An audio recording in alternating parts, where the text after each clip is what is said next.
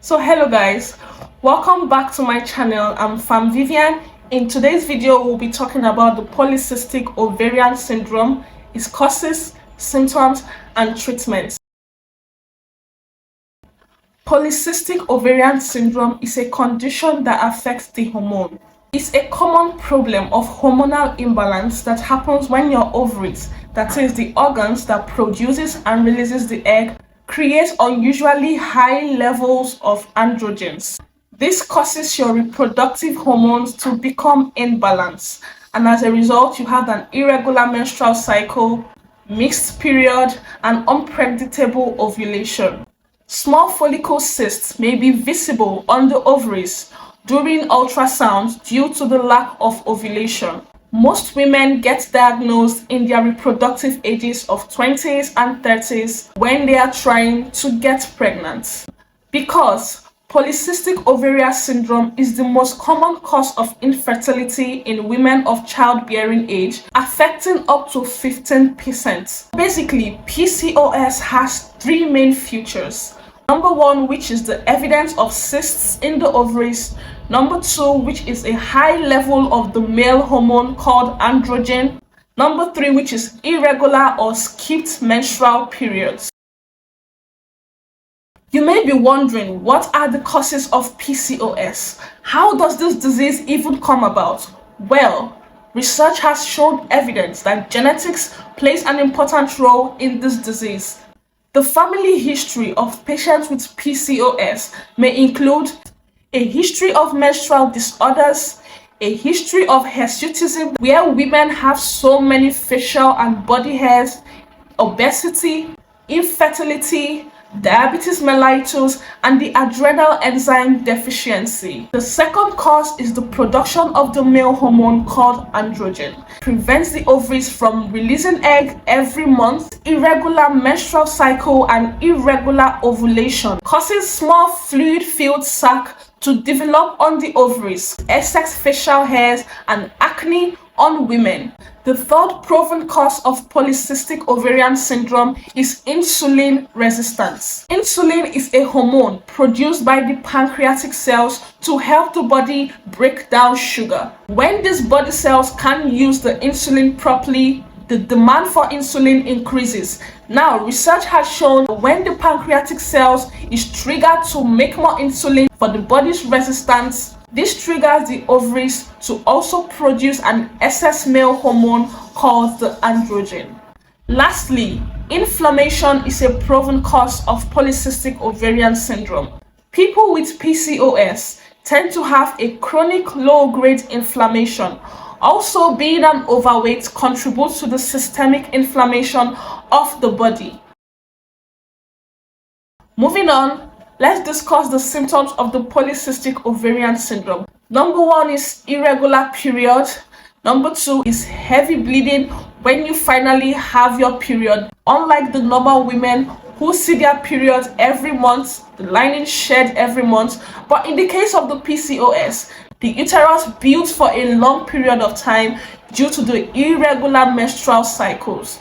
The third symptom is hirsutism, which is women that have excess hair growth on the chins, on the belly, on the chest, and in the lower parts of their thighs and legs. The fourth symptom is obesity, when the waist circumference of a woman is more than 35 inches. Number 5 is diabetes mellitus. Number 6, which is the obstructive sleep apnea.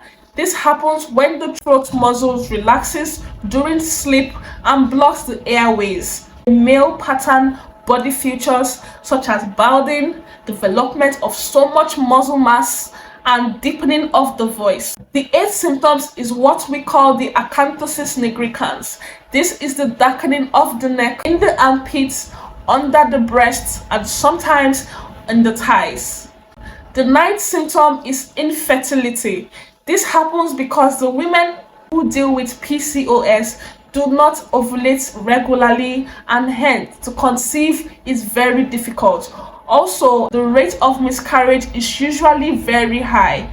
The last symptom, which is the enlarged ovaries. Although this can be seen in the ultrasound, this is due to the small follicles containing immature egg may develop around the edges of the ovaries. Before we move to the treatment options for the polycystic ovarian syndrome, please like and share this video. Also subscribe if you're yet to do so.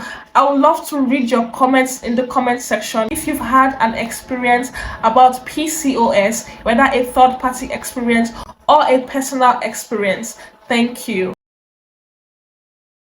There are 4 major categories to treating polycystic ovarian syndrome. The first, which is to regulate periods. Birth controls, which are also known as the oral contraceptives, are used, especially those containing progestin and estrogen, because their mechanism of action tends to reduce the production of the male hormone called androgen. Example is the medroxyprogesterone and the ethinyl estradiol. The second treatment category are for women who choose to ovulate and give birth. The first line of treatment is the clomiphene citrate, which is taken during the first days of your menstrual cycle.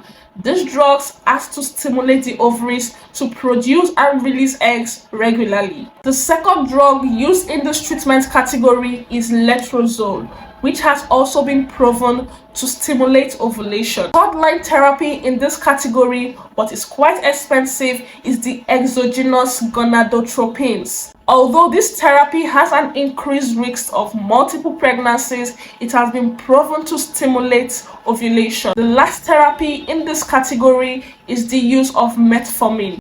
Evidence suggests that women who are obese, when they use metformin and clomiphene, has proven very effective in inducing ovulation.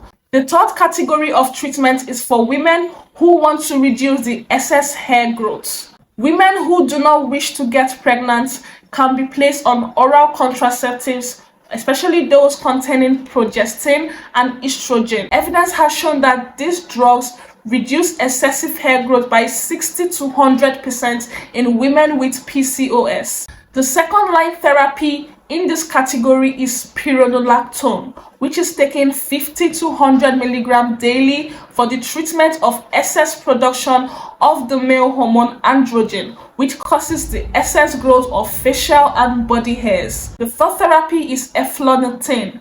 This is a topical cream applied to slow the production of hair.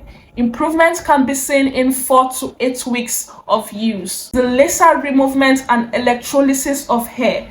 This is for women who want the permanent removal of excess hair growths. So guys, that brings us to the end of this video. Please like and share this video if you found it educating. Also comment in the comment section if you've had a personal experience with polycystic ovarian syndrome or a third-party experience. I would really love to read them. If you're yet to subscribe and you're seeing my face for the first time, I'm Fan Vivian. Please subscribe and hit the bell notification so you will be notified whenever I drop a video. See you in my next one. For now, bye.